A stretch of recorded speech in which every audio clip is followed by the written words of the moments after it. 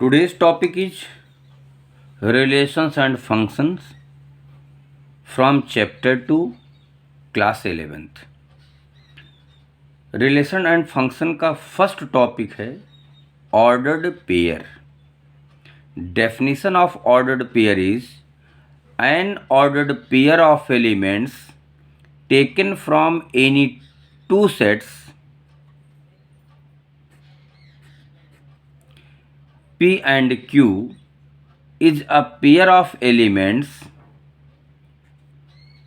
written in small brackets and grouped together in a particular order। तो बच्चों, ordered pair क्या होता है? पेयर ऑफ एलिमेंट्स होता है। एलिमेंट्स दो सेट से लिए जाते हैं, वो सेट हमने P और Q एज्यूम कर लिया है, और उन दोनों एलिमेंट्स को स्मॉल ब्रैकेट्स में लिखते हैं और साथ साथ उन दोनों एलिमेंट्स का ग्रुप बनाते हैं एक पर्टिकुलर ऑर्डर में।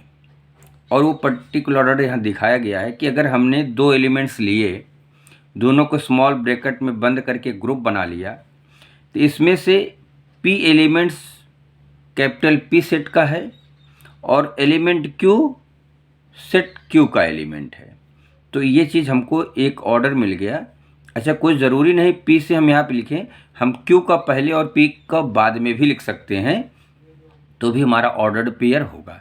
एक एग्जाम्पल से समझते हैं। एग्जाम्पल 1 ले लेते हैं। मान लेते हैं कि let P equal to 1 2 element ले लेते हैं एंड Q इक्वल टू 3 4 ले लेते हैं।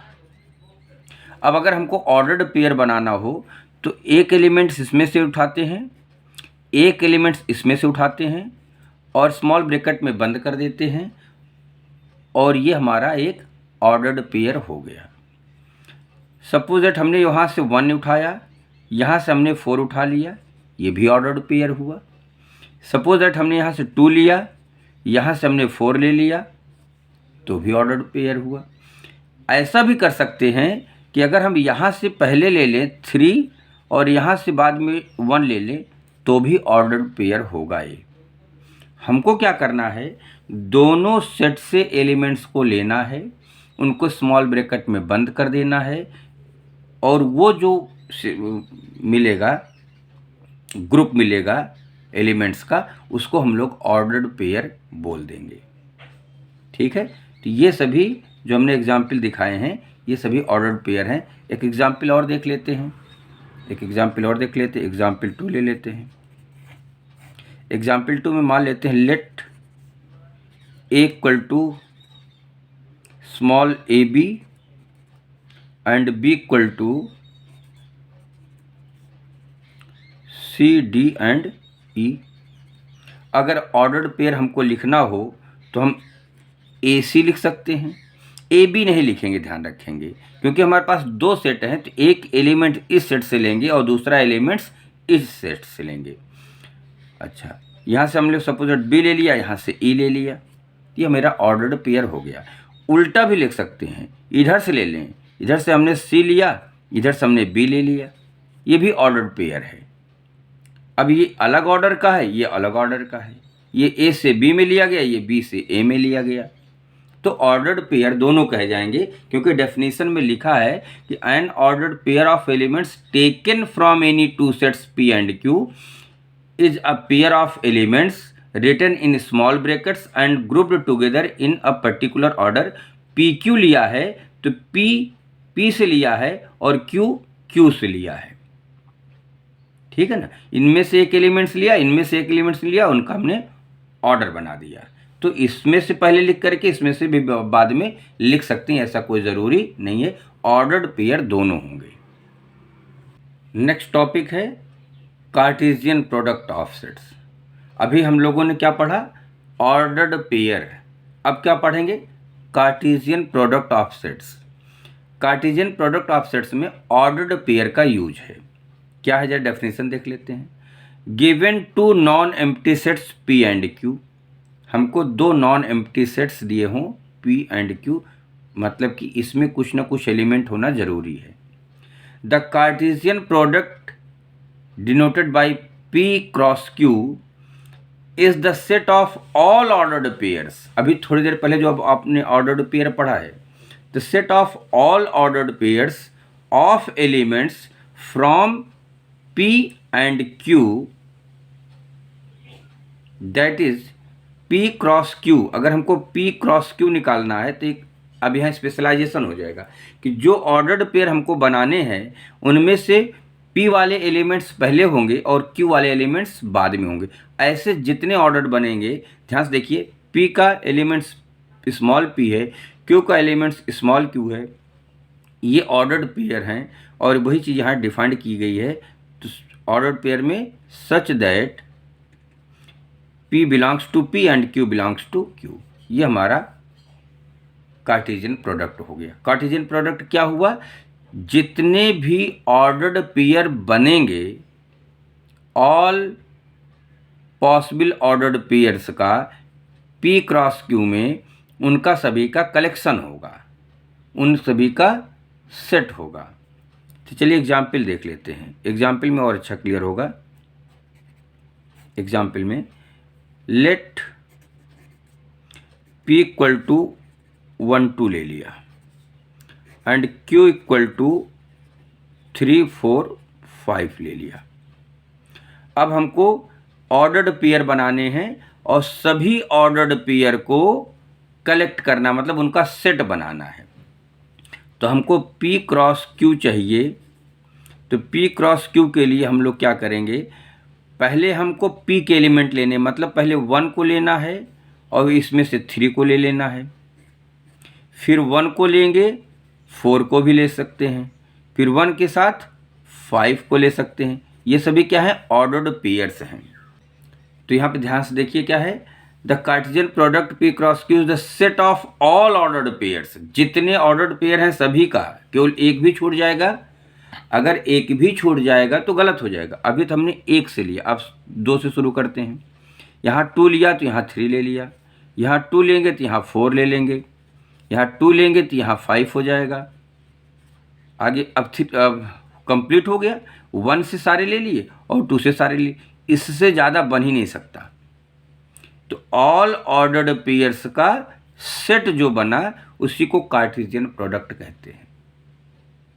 अच्छे से समझ में बात आ गई होगी। अगर इसमें एक भी मिस हो जाएगा तो ये आपका P cross Q Cartesian product of P and Q गलत हो जाएगा।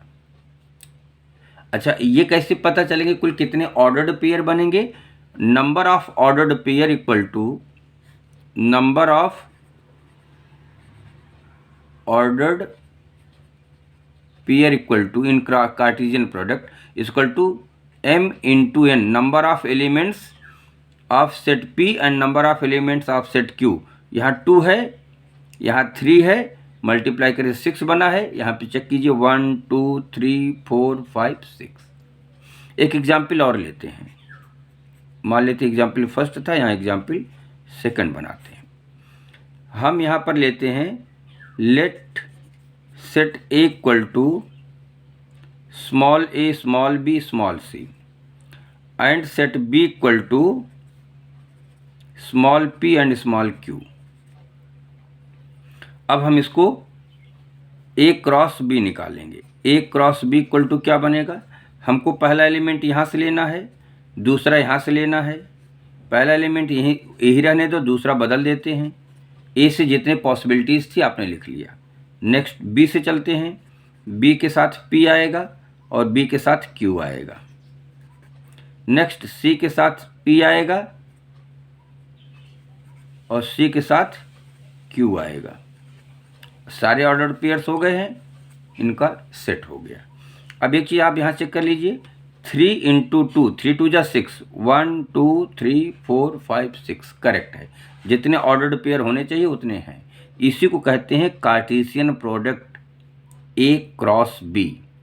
तो आई थिंक ये समझ में बात आपके आ गई होगी कि कार्टेशियन प्रोडक्ट कैसे निकालेंगे। एक चीज़ और यहाँ पे समझ लें, अगर हमको suppose that B cross A निकालना हो तो A क्रॉस B और B क्रॉस A इक्वल नहीं होते हैं। इसके लिए आपको क्या करना पड़ेगा, पहले हमको B के एलिमेंट लेने पड़ेंगे। तो जो ऑर्डर्ड पेयर बनाएंगे वो पहले पी का लेंगे, फिर पी के साथ में ए का लेंगे। अब ए पी और पी ए अलग अलग हैं, एक ही चीज़ नहीं है, ये चीज़ ध्यान रखिएगा। P A then P B then P C then Q A Q B and Q C. अब देखिए आपको 1 2 3 4 5 6 बन गए हैं, तो ये बी क्रॉस ए है जबकि ये ए क्रॉस बी है, दोनों एक नहीं है। A B B A P और पी ए इक्वल नहीं है, इसको क्लियर होना चाहिए, नहीं तो फिर गलत हो जाएगा। आई थिंक डाउट आपका एकदम क्लियर हो गया होगा, कॉन्सेप्ट समझ में आ गया होगा। दो चीज़ें पढ़े हैं आज, ऑर्डर्ड पेयर और Cartesian product of sets. Next topic है कि जो हमने ए क्रॉस बी पढ़ा या पी क्रॉस क्यू पढ़ा, कार्टेशियन प्रोडक्ट, उसके कुछ रिमार्क्स हैं।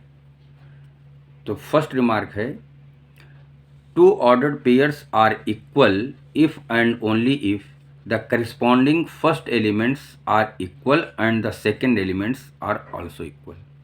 इसका मतलब हुआ कि अगर हम दो ऑर्डर्ड पेयर को इक्वल कहते हैं, सपोज दैट यहाँ से हम एक ऑर्डर्ड पेयर ए बी है और दूसरा हमारा पी क्यू है, आप कह रहे हैं कि दोनों इक्वल हैं, इसका मतलब हुआ दिस इम्प्लाइज ए के बराबर पी होगा एंड बी के बराबर क्यू होगा। श्योर है, अगर दो ऑर्डर्ड पेयर इक्वल हैं इट मीन्स उनके फर्स्ट एलिमेंट के बराबर होगा और सेकेंड एलिमेंट के बराबर होगा। ये तभी संभव है, अदरवाइज नहीं। अगर फर्स्ट एलिमेंट फर्स्ट के बराबर नहीं है और सेकंड के बराबर नहीं है तो दोनों ऑर्डर्ड पेयर इक्वल नहीं हो सकते हैं।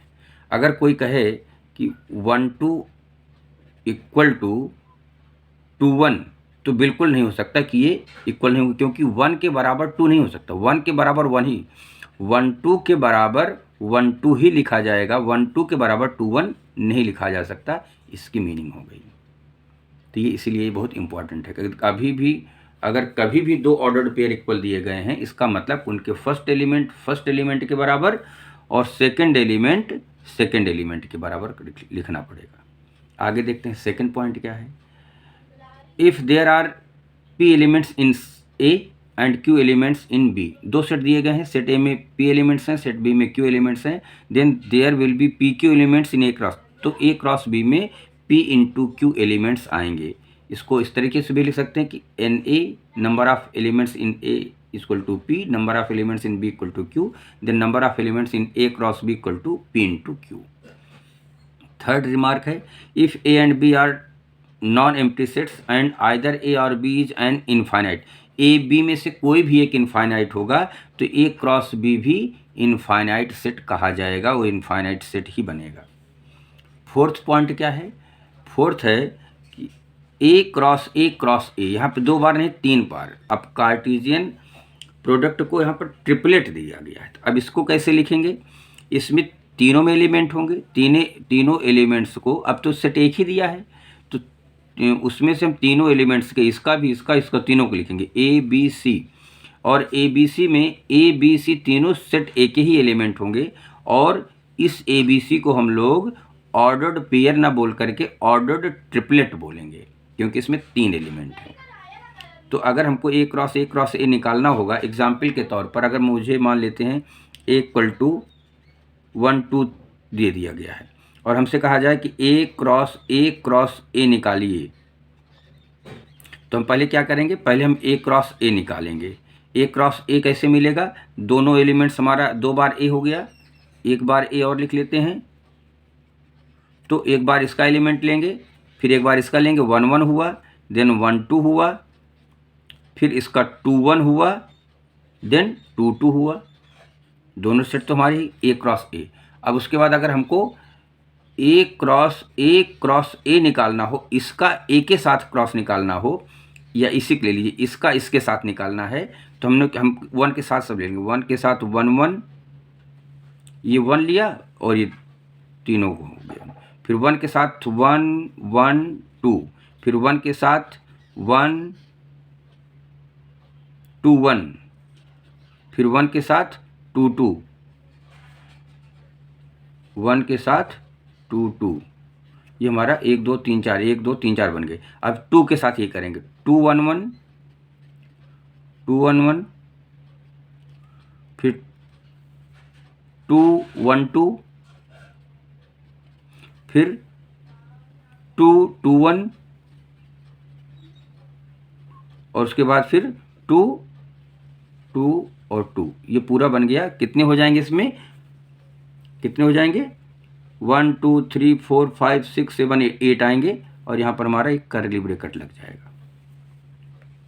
ठीक है, तो ये हमने पहले ए क्रॉस ए निकाला, फिर ए क्रॉस ए के साथ ए क्रॉस ए निकाल लिया, और ये कुल हमारे 8। तो 2 एलिमेंट इसमें हैं, 2 एलिमेंट इसमें हैं, और 2 इसमें, 2 2 जा 4 2 जा 8 वैसे भी आएगा। अगर हम इससे देखें तो इसमें 4 आ गया, इसमें 2 है, 2 4 जा 8, 8 ही एलिमेंट आएंगे। ठीक है ना, इस तरीके से ये पूरा रिमार्क कंप्लीट होगा।